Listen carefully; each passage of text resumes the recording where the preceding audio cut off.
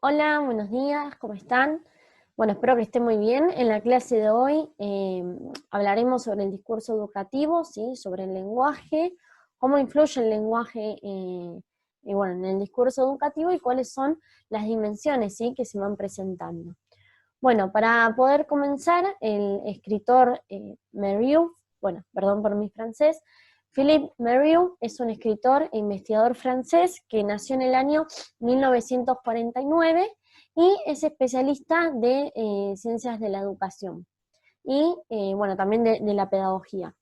Es por eso que Merieux en su libro La opción de educar, ética y pedagogía, menciona que el discurso educativo es una serie de enunciados, principalmente son verbales y también son no verbales.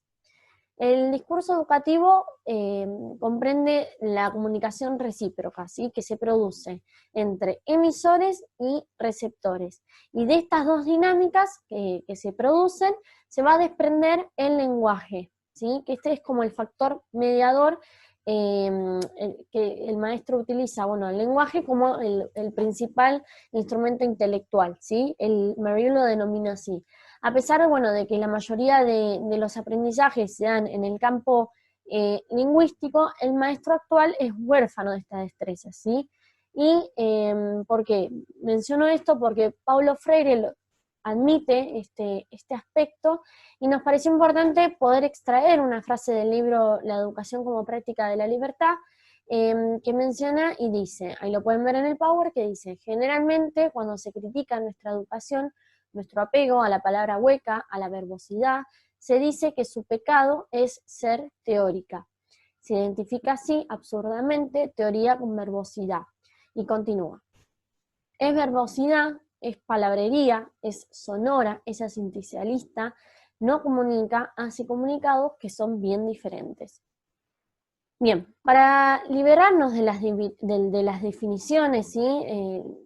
Que se presentan, la manera de hacerlo es crear conceptos alternativos, porque en el poder que muestra el maestro, ¿sí? Siempre está implícito el imponer definiciones y siempre cae en las etiquetas, ¿sí? Que se le dan a los alumnos, como correcto, es incorrecto, es verdadero, es falso, está bien, está mal. ¿Sí? Es por eso que el educador debe manejar su discurso, ¿sí? Y el lenguaje va a buscar en las palabras que se arraigan en la historia de la humanidad, ¿sí? O sea, va a buscar los conceptos profundos y los universales. Ustedes saben que, bueno, regularmente las palabras cumplen su función de persuasión, ¿sí? Cuando van de la mano del emisor hacia el receptor. Pero bueno, Merieux dice de que es la seducción, ¿sí? La que hace que éstas eh, partan de emociones, ¿sí? Ya sea del emisor hacia su receptor.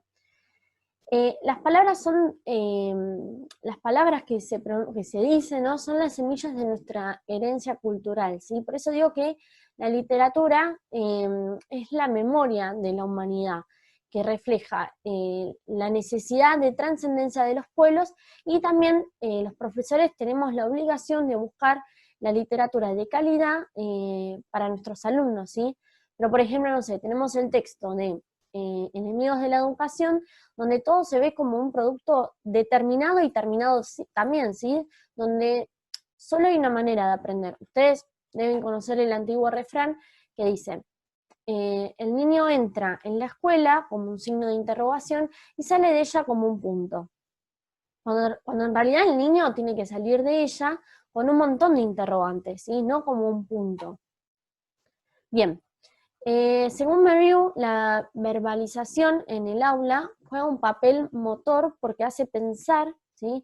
Tanto a los docentes como a los alumnos, y además, si podemos traer a Sócrates, ¿sí? Un momentito solamente para poder decir de que además de pensar, como dice Merieux, Sócrates va a decir de que también se trata de sentir. Cuando la mente piensa, se habla a sí misma. Por eso que el maestro recurre a la mayéutica. Ustedes habrán visto en filosofía, la mayéutica en los primeros años de la carrera seguramente, consiste en formular preguntas, ¿sí? Que sean hábiles. que van a ser dirigidas a la reflexión del alumno. Esto es para poder encaminarlo, ¿sí?, hacia un aprendizaje que sea significativo, ¿sí? Y esto va a evitar un razonamiento parcial. Así sí se produce, así sí se va a producir la interiorización del conocimiento, ¿sí?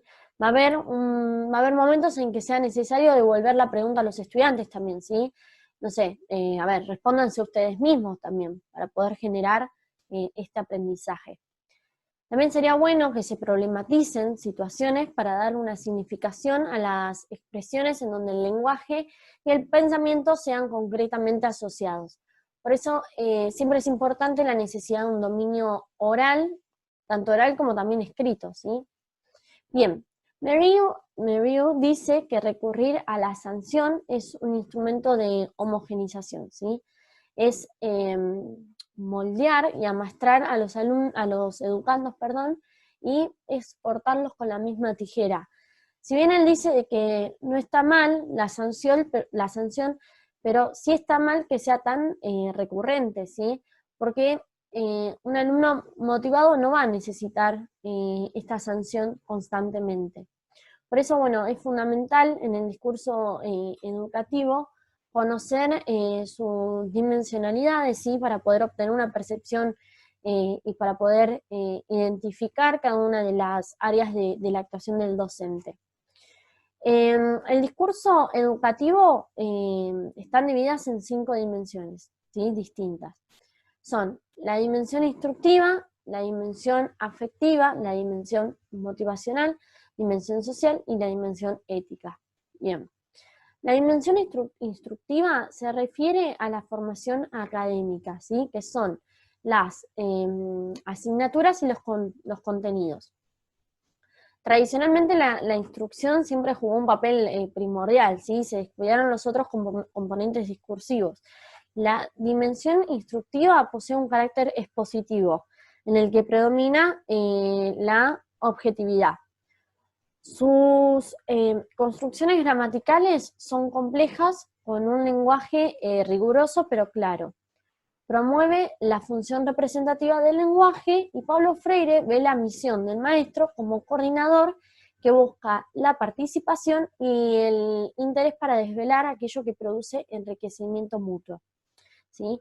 Al encuentro de ese espacio de diálogo lo va a llamar diálogo vivo y creador, en el cual todos sabemos o ignoramos algo, ¿sí? Y juntos vamos a buscar saber más. En este caso, el maestro también guarda silencio y escucha con respeto, ¿sí?, con sencillez, y se va a solidarizar con la lectura de ese alumno, ¿sí?, en su entorno.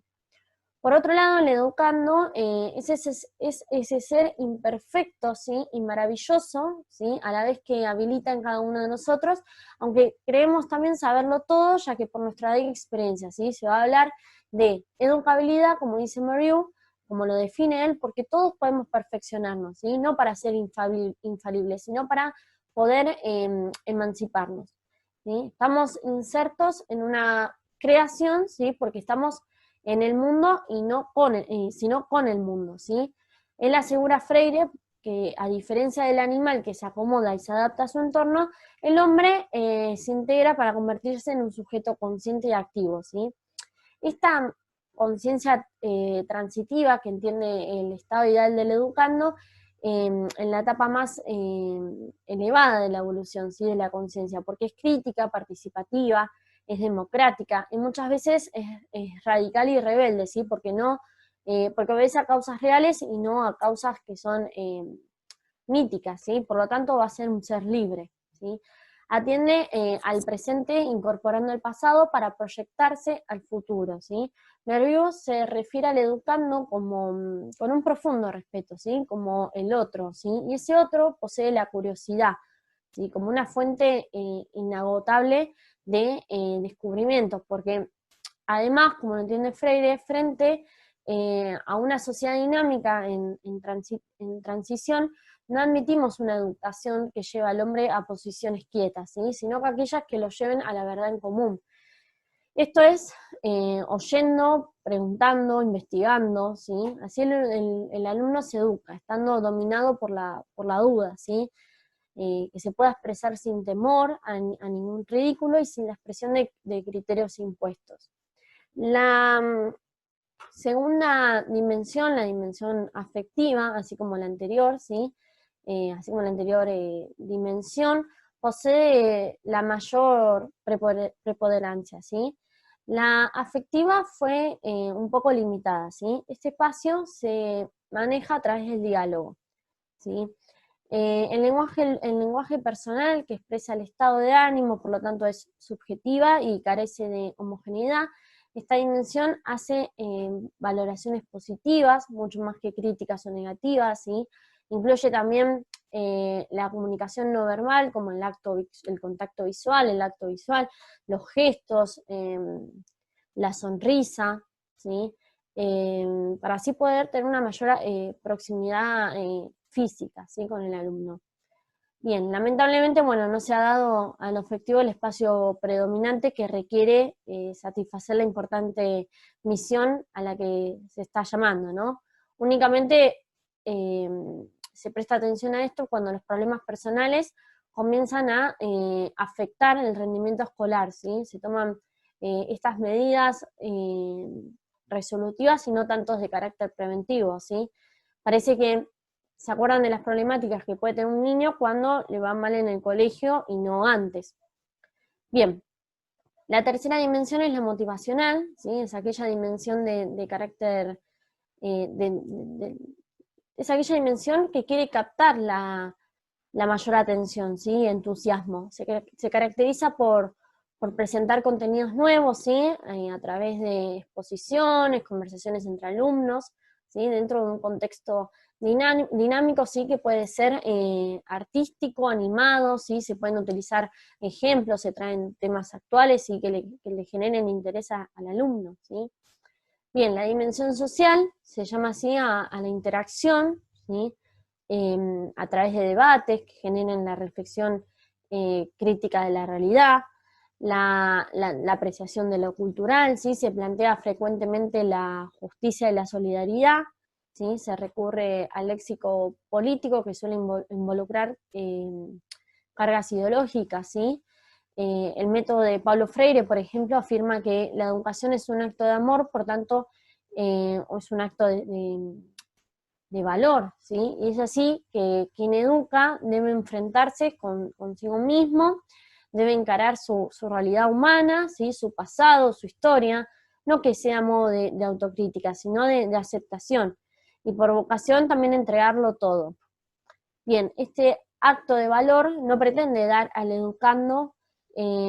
al educador el título de héroe, ¿sí? Sino más bien recordarle que es un ser de carne y hueso como todo, ¿sí? Que es capaz de superar la duda, ¿sí? De superar también los miedos, ¿sí? Es por eso que, bueno, el maestro debe retornar la fuente que lo libera, ¿sí? Se debe nutrir de amor a la libertad que lo humaniza y para así poder alejarse de la cosificación.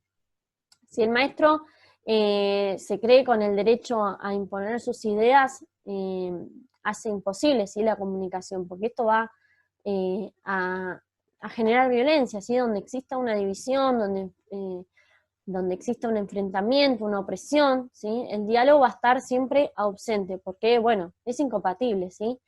Y esto va a llevar a un camino sin salida, ¿sí? Porque los explotados que fueron acostumbrados comienzan a ser los nuevos opresores, ¿sí? Si no rompemos con este círculo, eh, si no rompemos con una acción ética, no vamos a ser nunca capaces de educar, ¿sí? Y otra vez, bueno, volvemos a escuchar la voz de Pablo Freire, ¿sí? Que él dice que no hay diálogos si no hay una intención, si no hay una intensa fe en el hombre. La práctica latinoamericana desde el colonialismo malinterpretó la educación como domesticación y creó una cultura de silencio, ¿sí? Porque hay miedo a la libertad, cuando en realidad los hombres no se hacen en silencio, ¿sí? Sino con la palabra, en el trabajo, en la acción, en la reflexión. Y Paulo Freire menciona que el educando está llamado a involucrarse para tener derecho de poner en duda las opiniones del propio profesor y compartir estas controversias que sirve a manera de retroalimentación. Por eso no cabe una educación abstracta, ¿sí? Y desconectada de la realidad. Es bueno discutir en el aula las metas socioeducativas que permite dignificar y darle un lugar al alumno como ser humano, ¿sí? Bien, la cuarta dimensión es la dimensión ética, ¿sí? Esta dimensión utiliza un lenguaje doctrinal, ¿sí? Que, bueno, innegablemente busca la objetividad como la universalidad de valores morales, ¿sí? Para lograr una justa interacción entre las partes, ¿sí? Brinda un espacio de diálogo, desarrolla el razonamiento moral y analiza casos de discusión. El educador debe entender su misión de transmitir la ética en el aula, ¿sí? A través de un ejemplo que implique este objetivo. Merrill explica esta misión, ¿sí? Ética, y dice que llamemos pedagogos a un educador que tenga como fin la emancipación de las personas, ¿sí? Que le han sido confiadas, la formación progresiva de su capacidad de decidir por ellos mismos, ¿sí? Su propia historia, y que pretende conseguirlo mediante determinados aprendizajes. Merrill no pone en duda la calidad humana de quien educa, ¿sí? Pero evidencia su fragilidad ética que reclama una autoevaluación, un autoexamen constantemente, ¿sí? Al estar expuesto a situaciones que pueden ser críticas, al estar en juego la formación de muchos de los seres humanos, nos recuerda de que nada más ético que el preservar las condiciones de compromiso ético, ¿sí? Equivale a la vocación de aprender constantemente como seres inacabados que somos, ¿sí? Y con la vocación de crear juntos, ¿sí? De explorar, de pensar, ¿sí? El maestro confía y tiene, como dice Freire, fe en su vocación a ser más, ¿sí? Esto es el testimonio de la educabilidad dentro de una sana convivencia, ¿sí? Con ese potencial que cada alumno tiene. El error tiene como sinónimo el fracaso, ¿sí? Porque para ello hay dos clases de personas, los triunfadores y los que nunca han fracasado, perdón. La clave está en no detenerse, ¿sí? Cuando hay un auténtico aprendizaje, cuando hay encanto, ¿sí? Esta experiencia penetra en el alma, ¿sí? Se aprende, se apropia, ¿sí? Y el educador y el educando emprenden esta relación y se van a ir reflejando el uno con el otro como si fuera una clase de espejo, ¿sí? En esa posición se crea el diálogo horizontal, como lo puntualiza Freire, ¿sí? Que se nutre del amor y que se va a nutrir también de la plena convicción de saberse semejantes entre ambos, ¿sí? Y de entender que el desarrollo es el bien del otro, ¿sí? Porque es el propio.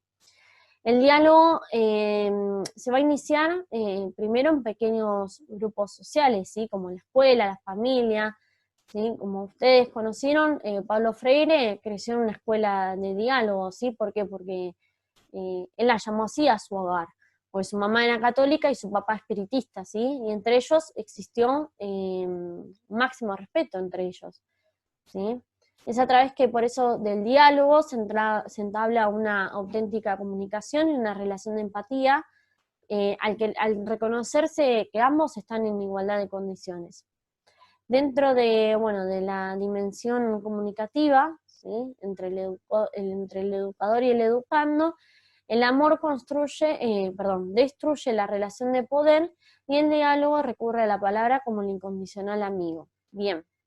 En este punto es importante, bueno, identificar la condición de escuchar la expresión de la libertad ajena, ¿sí?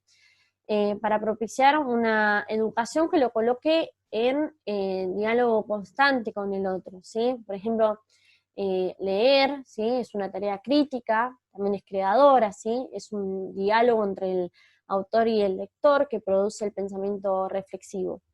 Esta es la llave que abre las puertas del diálogo auténtico, ¿sí? Cuando la reflexión se hace íntima.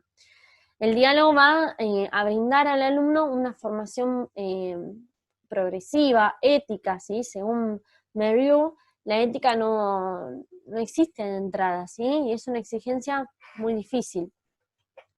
No sé, el deseo de enseñar es intencional y tiene fe en la educabilidad del otro. Y a su vez, cuando quiero aprender, siento la confianza que tiene el otro, ¿sí? Este equilibrio se demuestra cuando el alumno se encuentra a sí mismo de sus propios pasos y traduce la práctica de lo que aprende, ¿sí? El maestro educa con autonomía y está consciente de ser autónomo, ¿sí? De querer que los demás también lo sean.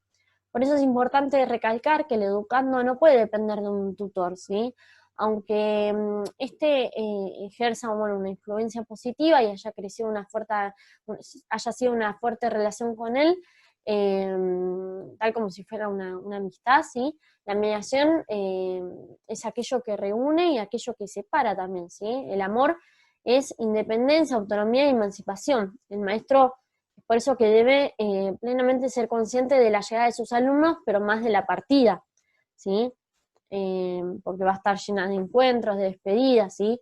Por eso el maestro tiene que cuestionar, sacudir, generar conflictos, revolucionar el pensamiento y el alma, ¿sí? Para poder plantear preguntas, ¿sí? Sin respuestas, y, desnaturalizar, derrumbar, ¿sí? Los paradigmas impuestos, y, que generen creaciones propias, ¿sí? Por eso es a través de la humildad del educador que debe renunciar al protagonismo, ¿sí? Debe renunciar a la imposición, y por eso también debe renunciar a las alabanzas, ¿sí? E incluso, está dispuesto a ser censurado por la autoridad o por quienes no comprenden su misión, ¿sí? Más allá, como dice Meriú, esta actitud es sabia porque evita la ceguera del orgullo que lo deja del propio conocimiento. Hay mucho que reconocer dentro de la sabiduría, ¿sí? Porque en verdad nadie sabe nada, ¿sí? La fantasía de pensar que todo está dicho y hecho nos aleja siempre de lo certero. Y debemos reconocer a los niños como nuestros mejores maestros. No podemos dejar esto a cargo de sinceros deseos, ¿sí? Debemos actuar y comenzar dentro de las aulas, ¿sí? Va a ser siempre nuestro desafío, y si nosotros huimos de tanto del ego, de los elogios, y hablamos con honestidad, vamos a alcanzar nuestras metas, ¿sí? Debemos mirar también una y otra vez y comprender de que todos somos gestores del cambio, ¿sí? Para poder comandar ese proceso con un sentimiento de revaloración dignificante, ¿sí? Para poder apelar a la sensibilidad de los demás con nuestro ejemplo de ser y también de obrar. Así que es hora de poder despertar el imaginario del auténtico discurso educativo que nos moldean, ¿sí? Y es importante también mirar la utopía como una fabulosa existencia que da una felicidad cotidiana en nuestras aulas. Bueno, eso fue todo. Cualquier cosa nos hablan al foro de intercambio. Ya tienen las actividades disponibles para hacer. Bueno, gracias y saludos.